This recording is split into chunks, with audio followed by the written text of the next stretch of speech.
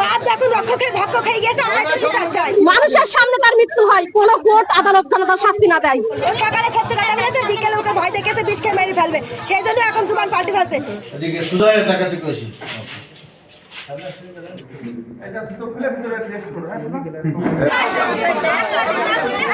এনির মা নেই, আমরা প্রথম সকাল থেকে বলছি এনি তোর মা নেই, আমরা 10 জন তোর মা হবো, কিন্তু তুই সত্যি কথা বলবি। ও সকালে সত্যি কথা বলেছে, বিকেলে ওকে ভয় দেখেছে, বিষ খেয়ে মেরে ফেলবে, সেই জন্য এখন জুবান পাল্টে ফেলছে।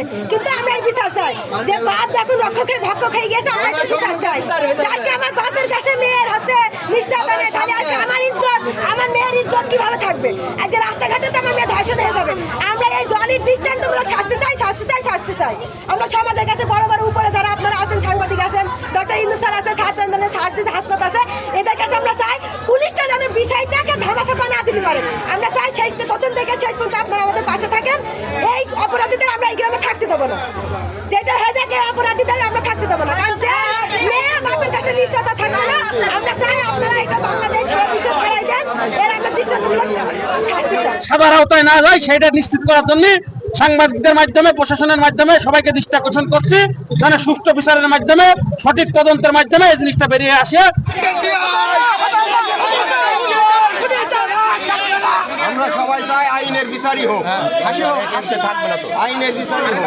আমার মা যদি বাড়িতে বলে আমার কোনো ভরসা নেই যে নিরাপত্তা নেই, আমার বাবার কাছে আমি থাকবো, তাহলে প্রতিটা মেয়ে প্রতিটা বাবার প্রতি বিশ্বাস হারিয়ে ফেলবে।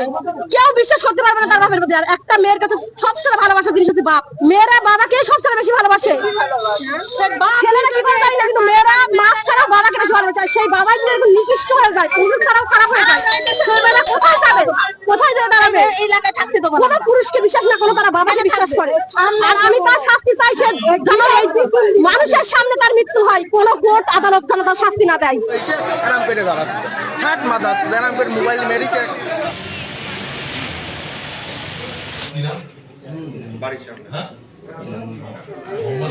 ইনামুল ইসলাম না হক, ইনামুল হক জনি। এই বাবু স্যার, হ্যাঁ ওর ফোনের ভিতরে কিছু আছে, হ্যাঁ ফোনের ভিতরে